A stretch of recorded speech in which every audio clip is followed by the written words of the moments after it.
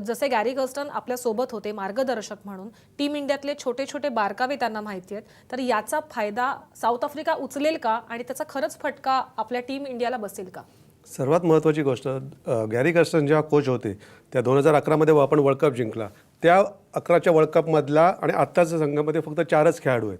उरलेले जे 11-12 ह्या खेळाडू हे सगळे नवे आहेत. त्यामुळे गॅरी कर्स्टनला आता उदाहरणार्थ रोहित शर्मा असेल किंवा दुसरा अजिंक्य रहाणे असेल किंवा हे कसे खेळतात काय खेळतात याच्याबाबत त्यांना तेवढी माहिती नाही. त्यामुळे तो फक्त धोनी असेल, विराट कोहली असेल, सुरेश रैना, आणखीन अश्विन हे 4 खेळाडू फक्त खेळ आहेत. त्यामुळे त्यांना त्या 4 खेळाडूचं माहिती आहे तेवढं या खेळाडूंचं माहिती आहे. त्यामुळे ते एक त्यांना बाबा ह्यांचा दृष्टिकोन ते सांगू शकतील, भारताचा दृष्टिकोन कसा असेल, ते कोणत्या परिस्थितीत दडपणाखाली जातात किंवा कोणत्या परिस्थितीत ते खेळ उंचावू शकतात, ह्या ज्या गोष्टी आहेत ते सांगू शकतील.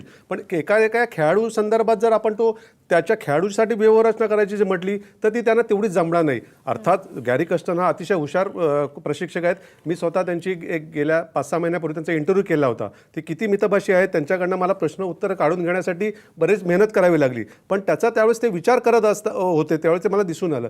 त्यामुळे त्यांच्या एकंदरीत अनुभवाचा जो उपयोग आहे ते दक्षिण आफ्रिका निश्चितच करू शकेल.